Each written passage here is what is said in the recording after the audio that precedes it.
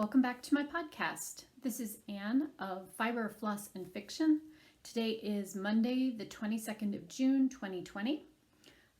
If you are a new viewer, welcome, and I hope that you find a reason to click the subscribe button below and come back and visit me in the future. And of course, if you're one of my returning viewers, thank you so much for choosing to come back and spending some time with me. So we're just the day after the official summer solstice, and it is cranking up the heat here this week. We're supposed to be in the 90s, and we're in that dry patch we get before our hopefully summer monsoons start here in the high desert. So today I'm going to talk about my usual three things. I've got a fair amount of knitting, a quick amount of books hopefully, and then cross stitch at the end. As always, links and information about all of the different things I talk about will be located in the information box down below. So if you are interested, you can check out in more detail the things that I talk about. So let's see. The first thing I wanted to share with you guys is a hot off the blocking boards knitting project. So let's go ahead, and I need to put my timestamp here, talk about knitting. This is the Breathe and Hope shawl, which I started as part of my 100 days project, and am pleased to note that I got that finished this weekend. So this is a pattern by Casapinka, and it's a relatively new release. She released it not in response to COVID specifically, but just the current state of our world as we know it, that's fairly upheavaled, if that's a word. This is a two-colored shawl. It is knit from fingering weight. You need about 380 or so yards of each colorway, so it's perfect for two normal size skeins of sock yarn. I used the red is Supernatural Yarns sock yarn in the colorway The Hog's Head, and then the speckle dye is from Sincere Sheep. It is her Rambouillet in fingering weight in the colorway Telegraph Avenue. And this color was her July club offering from this time last year, like July last year, I think it was. So the shawl is a boomerang shaped shawl. It is definitely plenty long to wrap. It's not super deep. That's like the deepest point right there. And it alternates between different types of garter stitch stripes. And then this is a slip stitch. It's not a ribbing, but it's 2x2 slip stitch. I'll show you the back so you can see where I carried the yarn not in use. And I think actually my favorite part of it is this fun little bobbled cast off. So after you finish this last section of the vertical stripes and do a little bit of ribbing to keep the bottom from curling, you bind off and you're making these little textured bobbles along the bottom edge. So yeah, another one finished. I like very much how those two yarns played together, and it's very soft and squishy. The Supernatural Yarns is a 100% merino, so y'all that knit know what that feels like. And then Brooks yarn is Rambouillet, which is slightly bouncier, but it is a sort of subset of merino. It's another super fine, super soft yarn. So very pleased with how this turned out. I will admit that this particular style of triangular, asymmetrical triangular shawl is not my favorite. I just don't like the one really long pointy end because it feels like you have to kind of wrap it a whole bunch of times around your neck to keep it from not constantly dragging and stuff. So It's not my favorite, but it is a fairly quick knit. I think I got this done in less than 2 weeks. So anyway, a fun project. And like I said, I do really like how the colors played together in this. I think they look really, really fun. So yeah, so very happy with that. The next thing I wanted to share with you guys, this is not really a 100-day project, but if you have followed me for a long time, you may remember that back in the past, in the way back past, I have started a Cozy Memories blanket, which if you don't know, I haven't run into that on the internet. It's basically a scrap project where you use up bits and pieces of, in most cases, sock yarn, because that seems to be what a lot of people have. And I've started it a few times and just could not get into it for whatever reason. But apparently when I'm feeling stressed, it's a project that sounds good. I'm not sure why. So at any rate, I have restarted it. I've made more progress on this than I have on any of the other ones. So let's pretend that that will continue. Here is where I am so far. And I'm not really trying to necessarily organize the scraps, and I think this is one of my problems. Sorry, my bangs are making me crazy, and it's another month before I get my hair cut. I am trying to do a dark, light kind of patterning, and I think I will add on 2 more squares, and then that will be as wide as it is. I haven't decided for sure yet, but what I'll do on the next row up is I'll start with a light and then dark and so on across. This happens to be a lot of sort of blue greens and greens, just because that's what was on the top of the box where I have all my little snippets, snurdlets of sock yarn. So I haven't decided if I'm going to continue that way, or if I might do a much more random mix up above. I'm kind of leaning with the idea of maybe trying to find, I think this is going to be 9 blocks across. I'm kind of toying with the idea of maybe having the next row be not cool colors, be like warmer colors, and then alternate that as well and see if that will help tamp down my OCD tendencies to overthink every single block of this, like one does. I do have a fair number of sock yarn like mini skeins that I could use in this, but they're also more than I would need for a block. So if you're working on a Cozy Memories blanket or want to start one and would like to swap some slightly larger, instead of maybe a 5 to 6 gram skein, more like 15 gram skein, mini skein, just let me know and I'll be glad to coordinate that with you. The more the merrier is kind of what I think. I think in this group, let's see, this one was a gift that I got in a swap, as were actually all 4 of these were ones that I was gifted. So these are all ones from Stash, and I've got this light one was also a gift, and the one that will be the dark one on the end of this is one of mine. Excuse me. Loads of pollen here right now and lots of dirt. We've got a lot of high winds and there's just a lot of particles in the air. Let's see, next. Just mentioning again the 100 Days of Socks knit along that I'm hosting starting in July. We've had several folks come and pop into the Ravelry group and say, yes, please add me to the list. So again, if you're interested in knitting socks with us for 100 days and maybe knitting down some stash or having an excuse to go buy more sock yarn, please come and join us. I think that's going to be really fun. I'm looking forward to it.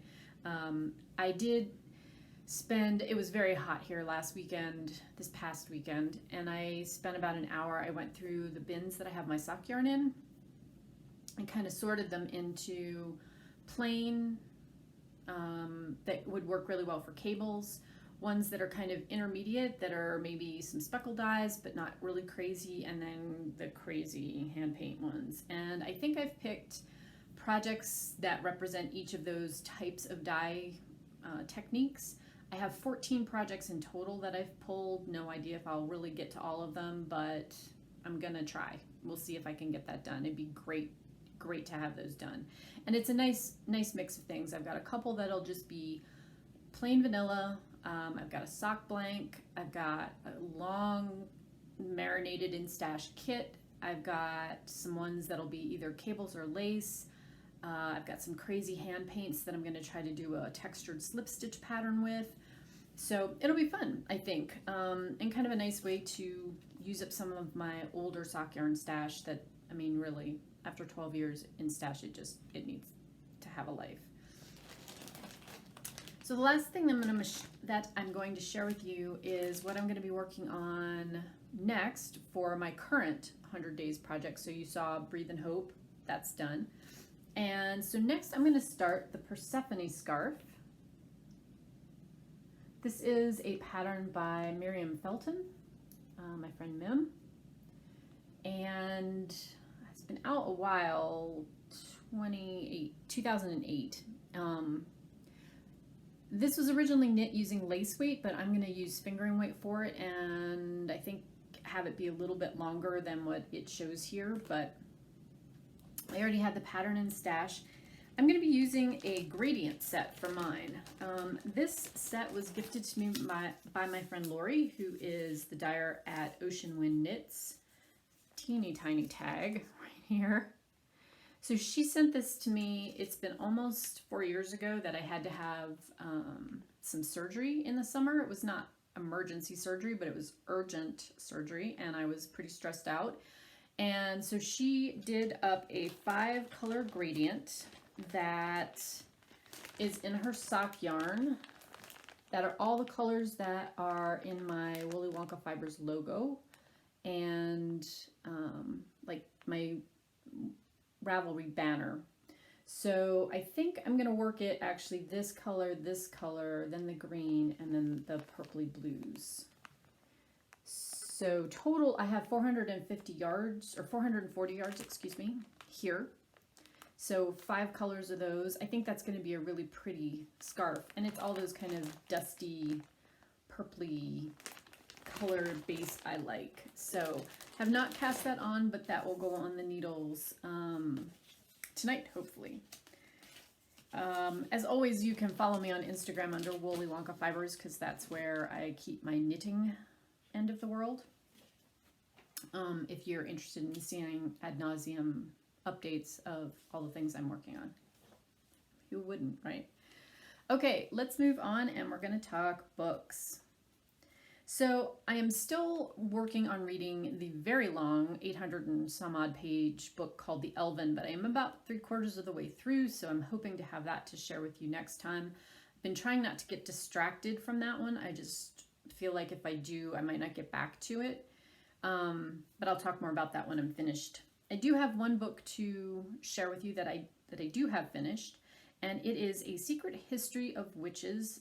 The author's name is Louisa Morgan, and I listened to this as an Audible book. So a historical fiction that takes place over the course of several generations in the same family of women, the Oshier women, and it starts in Europe, and as the generations move on, they eventually wind up in the UK. So the book starts in the late 18th century, kind of at a turning point for this group, this family. They are all women who are witches. There's a history of that in their family, and they have this crystal that they use if you have the gift to use as like a scrying or seeing tool to see things in the future. And so the witch's power is only carried through the female line, and the book begins at a time when there's much more persecution than there is in the 20th century, which is what we get up to at the end of the book. So there's 4 main storylines. Like I said, they each focus on a woman of the O'Shear line that has continued the tradition of their witchcraft. And for some of them, it's more, they have skills with simples and potions, herbal remedies and that kind of thing. Some of them are more gifted with being seers or fortune. They can see into the future. They also have a grimoire, which is a collection of spells and recipes to do magic that has been handed down through the generations as well. The book ends after World War II. Our final character is, she does kind of have a happy ending, but it's not a perfect, like, fairy tale type happy ending. And there is throughout the book the current of the, not letting anyone know that you're a witch, and the societal problems inherent in not being a member of the organized religion of the time, all the way from the burning of witches to social outcast and ostracism. So there's some evolution over the course of the book into how the public moral view of this changes, but in essence, it's still not an acceptable craft. So things I liked about this book. I did like very much the continuum of the storyline, and the way that the author's written it. She doesn't finish one story completely before she starts the next woman's story. They kind of hopscotch over each other. So that was an engaging part of it. There's a lot of history that goes on in it. The longest section of this book was the one that was 20th century, that took place just before World War II, during the war, and then after the war, with the final character.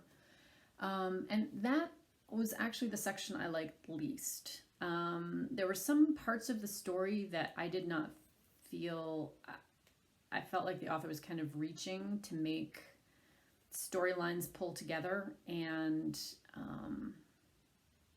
that bothered me a little. I think if you're going to incorporate real characters from history into your book, it can't be so fantastical that people don't believe it, right? It has to fit with the storyline, and I didn't feel like the last part did. The part that I liked the best, and this will come as no shock if you've been watching me a while, is 2 of the witches, 2 of the main characters, have a very strong attachment and communication with horses. And in particular, the first one owns this big Shire stallion, and her granddaughter, or her daughter, also has good communication skills with horses, and her granddaughter also does. So I enjoyed that, and I actually enjoyed the characters of the horses quite a bit. We had a big horse. He was not my horse. He was my husband's riding horse, but he exhibited a lot of the same behavior characteristics that the big horses in this book do. If we had people come to the house, Sam and I had our own relationship, different than he and my husband, because I didn't ride him. Really, he was much too big for me. But if I was at the house by myself and someone came, like UPS or the mail truck or whatever, and I went outside to sign for something or to have someone who was coming to the house, like as a contractor, this horse would stand in the pasture and call. He would call for me until I would basically yell back at him that I was okay. He did not like unknown men having interaction and conversation with me. Super protective. It's just a very interesting little thing he did. So anyway, I enjoyed the horses in this book the most. It's not a great book. It's entertaining. It's good summer reading. If you're interested in kind of the history of witchcraft through the ages is told from a more personal level, I would give it a B minus. It's an entertaining read. So, like I said, good for summer reading. Some parts of it I didn't love, but it was overall a good but not great read. So that's going to be it for books today. Let's move on and talk stitching. Okay. All right. Let me get out my different things here. These are in no particular order, just how I have them stashed over there. I worked on a Huckleberry Farm again, and this is a design by the Blue Flower. I am converting it to mostly color and cotton hand-dyed floss. I am stitching this on a 35 count coffee dyed linen from the Primitive Hair, and I'm stitching this with one thread of floss over 2 linen threads. And I have finished the big yellow house at the very top. So here's that. And I've just started the border in between this top section and where the words start. There's a lot of stitching in that house. But I really like how it came out. I think the yellow that I chose to sub in looks good. It's a little bit washed out today. We've got a lot of sun, but yeah, really enjoyed working on that one. Since this is a new start this year, I don't really have a specific like goal or anything to say, oh, that's going to get worked on again. It may come out if I need it for a challenge prompt, but we'll just see. See how it goes. Okay, there's that one. I then worked on, because I think I had told you guys last time or maybe 2 podcasts ago, I'm trying to put a little bit more focus time in on my Christmas Morning Pets, which is a Gold Collection Petites kit. I'm using the kit Floss and the kit Ada, which is fine. It's a fairly small project, so it works well for travel. So I did put in several hundred stitches, I think about 600 into this go round. And I am just about finished with the fur trim for the hat. I did a little bit, there was a few missing stitches. I still have a few to fill in on the kitty's rear end. I worked on the dog's muzzle and ear, and then I also brought the fur trim down around here just to kind of close the gap. I backstitched the holly berries as well. Oh, and the upper edge of the hat. So coming along, still not done, but I'm working on it little by little. So this will not be out again in June, but I am going to pull it out in July and try to just do the same thing where I put X number of stitches into it and, you know, something around 500 and hopefully chip away at it so I'm not last minuting it by the time the year comes to an end, since that is one of my Stitch 20 and 20 finish goals.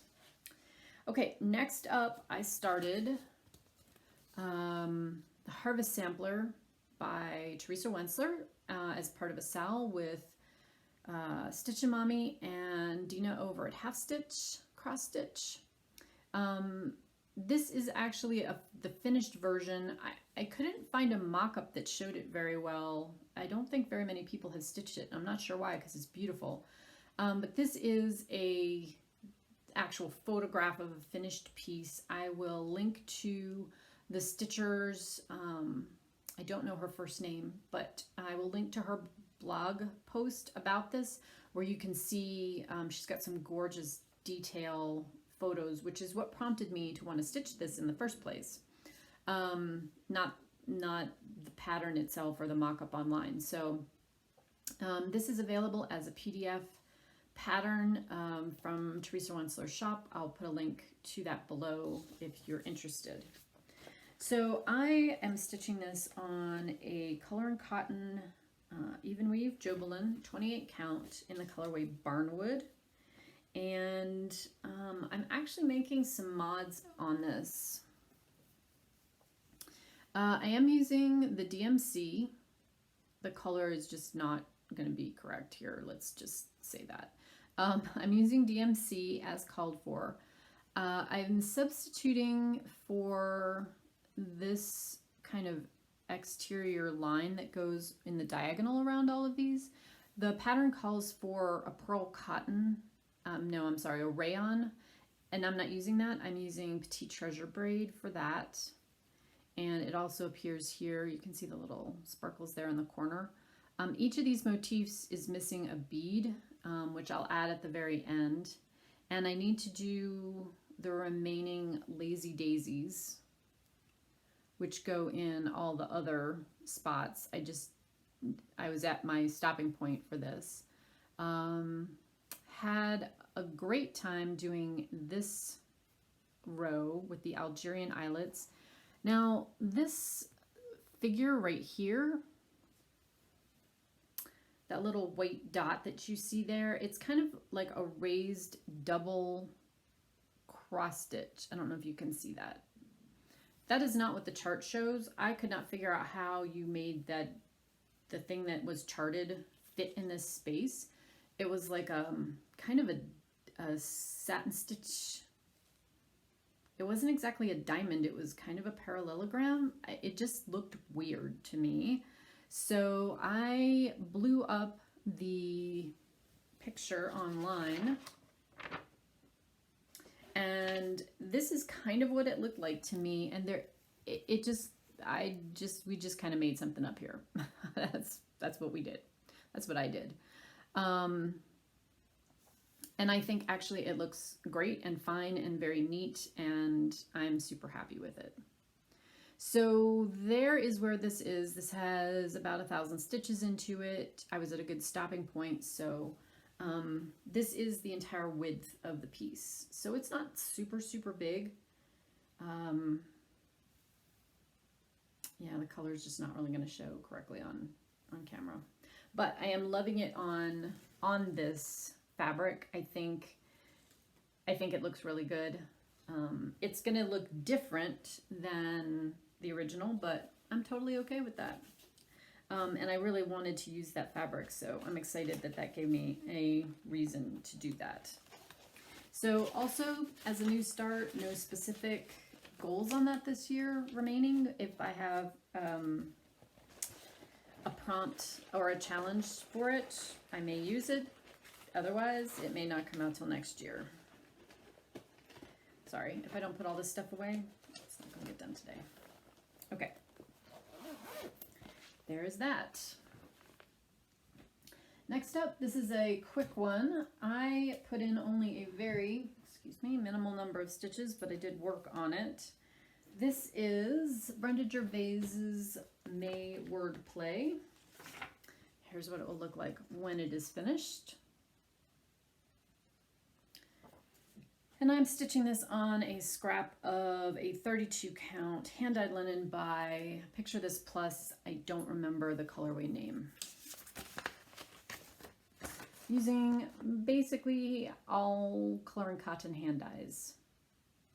So I'm maybe 2/3 of the way done through this. I finished out the white fence. I added in a few of the pots. I think I added the wings on the bees maybe. Oh, and I started the pots, or the shoots that are in the planters up there. So I just pulled this out to work on for a little bit, just to kind of fill in one day in between challenges and stuff. So not sure if that'll come out immediately again, but it is available should I want to work on it. Okay, and then finally, this past weekend was the Full Coverage Fanatics Shakespeare themed weekend, and I worked on a stitching shelf with reference to the roses here, and I am working on this page right here and put in 1,350 stitches when all was told. I had actually posted a stopping point picture at 1,200 thereabouts stitches, and I realized when I looked in my notebook when I was checking off stuff I had finished in my like little planner that I only had 150 stitches left to finish for one of the Grand Canyon or National Park tiers. It was not Grand Canyon, it was Death Valley actually. So I just put this back on the frame and I worked and I did another 150 stitches on it. So this is where we are currently. Have about 1,800 stitches I think left to do in this page. Again, these are large format pages, and I'm stitching this 1/1 full cross on 25 count. So there is where she is currently. I have this page to finish, and then I have 2 more pages and a page that has 4 columns, and then I'm done with the top row. Still not sure I will totally get that done this year, but if I get everything else done, that will be on my like end of year to-do list. So, oh, one other quick thing that I'm working on that I wanted to share with you guys, and this is not officially cross stitch, but it is still stitching. I have started a new wool applique project. This is like a little candle type holder, but I have a Lenox vase that my great aunt gave me when I got married that I love. It's like a white work. It looks braided almost on it, and it would be perfect to sit right here in the center of this. So that's what I want to use this for the winter months. This is a kit that you can get. I think they have the pattern downloadable separately if you're interested, but I got the kit that has the hand-dyed wool from Shabby Fabrics. I will link to their shop below. And it's all these cute, adorable little mittens. And I have these top 5 all worked with whip stitch, so they're all attached. This will be the next one I do, and then it'll be half done, and then I have to do the bottom ones. There's a little bit of embroidery that will be here on the inside when I'm done, and then it gets a backing of the same like creamy white wool. So I'm just chipping away at this. I try to do like 1 or 2 mittens on a weekend, and I will have it done, but I just, it's super cute. I love it. And I'm ready for fall and winter now that the temperature has gotten over 80. That's kind of my baseline. Okay, so no real goal on that one. I'll just work on it as I work on it. So next I wanted to talk quickly about plans. I'm going to be working on the Pilgrim today, possibly tomorrow, and then for the rest of the month I'm going to probably concentrate on my Celtic wheel and see if I can get that top page done that I've been working on. I would love to have that kind of checked off, and we have a bit of time, week or so before the end of the month that I can focus on that. So that's the goal that you'll see out for the next several days. So Pilgrim for a day or 2, and then Celtic wheel. Reminder that Full Coverage Fanatics, along with our normal monthly around the world focused challenge and our ongoing yearly challenges, we are hosting the Bingo Sal in July. Please excuse my chicken scratch. This was my planner. So these are the topics for that. You can choose to do a set of 5 this way, a set of 5 this way, a set of 5 this way. If you don't want to count, that's fine. You just have to make sure that you fit each of the prompts For counting, you can either do 1,000 stitches that refers to whatever the prompt is, or if you don't, like on this one, okay, I was missing a beach or ocean scene. So if I wanted to try to get this vertical, I could do this, but I would have to do 2,000 stitches on a project of my choice. So I could do 1,000 stitches for each of these where I have a project that I could use, and then 2,000 stitches here. I'm going to opt to do, which one is it? This one right here, this across.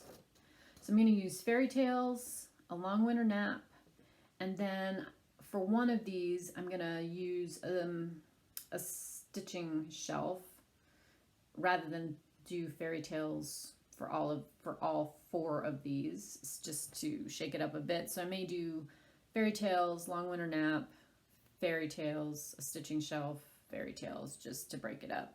Fairy tales is my 20 and 20 project, so it'd be good to have a month where I got more than 1,000 stitches put into that. So that's what I think I'm going to do. We'd love to have you join us. I will put a link to the Facebook group as well as that event down below, along with everything else. If you're into full coverage, obviously, you're welcome to come and join us in that group. Just in general, we would love to have you. It's a really great group to see what projects people are working on at any given time, and just really fun, supportive group of folks who cheer you on for page finishes or whatever your particular like progress points are that you're trying to get to, whether that's a full finish or, you know, a row finish or whatever. So I think that's it for me today. I am going to try to pop back in around the 1st of July. Got kind of crazy month coming up in July, so I'd like to try to film again before we get too far into our 4th of July holiday here in the United States. So until I talk to you guys again, I hope that you are staying as well and sane and stress-free as you can in your part of the world currently with everything that's going on. And just a reminder to try to treat people as you would want to be treated. Kindness is not expensive. You can share it liberally. So I hope that you will do that with not only your fellow crafters, but just people in general. So until next time I talk to y'all, have a good one and take care.